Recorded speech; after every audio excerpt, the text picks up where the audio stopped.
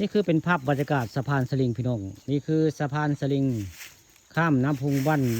ม่วงคำตำบลนาตาลได้เพิ่นเขียนป้ายไว้ข้ามไม่เกินครั้งละ2 คนได้นี่ข้ามสะพานสลิงอยู่บริเวณหน้าผาพึ่งพี่น้องนี่หน้าวัดผาพึ่งบ้านม่วงคำตำบลนาตาลได้นี่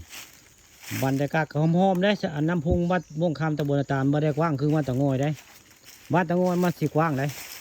นี่คือสะพานสลิงข้ามไปพูดละผู้บงแง้วพูดละอันนี้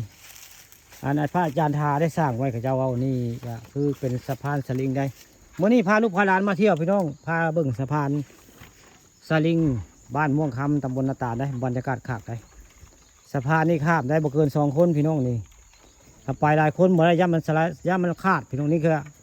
คือเป็นภาพสลิงอยู่บริเวณด้านหน้าวัดผาพึ่งบ้านม่วงคำได้ผู้ค้าลงคลิปไปว่าถ้าเพนี่ถ้าเป็นไปได้สร้างบล็อกคอนเวิร์ตหรือว่าพาน้ำล้นอยู่บริเวณท่าแพทางใต้พี่น้องแล้วก็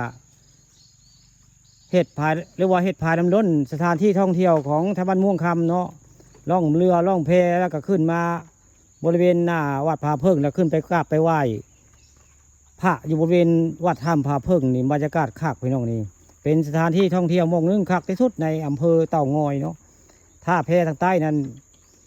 เห็ดเป็นพายน้ำล้นแบบย่างของเต่างอยหรือว่าบ้านกกโดกกปลาซิวบ้านนาขีนาคพี่น้องคักเป็นสถานที่ท่องเที่ยวของไทยบ้านม่วงคำนี่ล่องแพล่องเรือแล้วก็ขึ้นมาจากท่าแพขึ้นมานี่ก็โอ้หลายหลักกิโลพี่น้องคักได้ใส่เรือก็ได้เนาะเรือล่องแพก็คักนี่แล้วก็ขึ้นมากราบมาไหว้พระอยู่บริเวณด้านหน้าผาเพิ่งก็มีสะพานสลิงเลยนี่ขักมาถ่ายรูปเซลฟี่ก็ได้พี่น้องนี่อยู่บริเวณด้านหน้าของวัดถ้ำผาพึ่งบ้านม่วงคำตำบลนาตาลพี่น้องนี่มีสลิง2 ม่องบริสะพานสลิงอันนี้มี2 ที่ได้ด้านหน้าก็ไม่ยางต้นนึงได้ข้าเจ้าเอาสลิงนี่ไปแยกไว้ง่ายนี่แล้วก็ด้านหลังนี่ก็จะมีต้นยางต้นนึงได้นี่ต้นยางต้นนึงได้นี่คือเป็นภาพบรรยากาศบริเวณ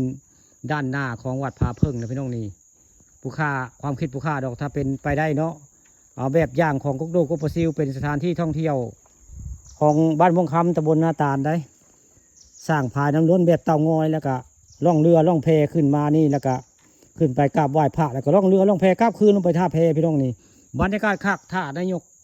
สมัยหน้านี่ไปนายกะ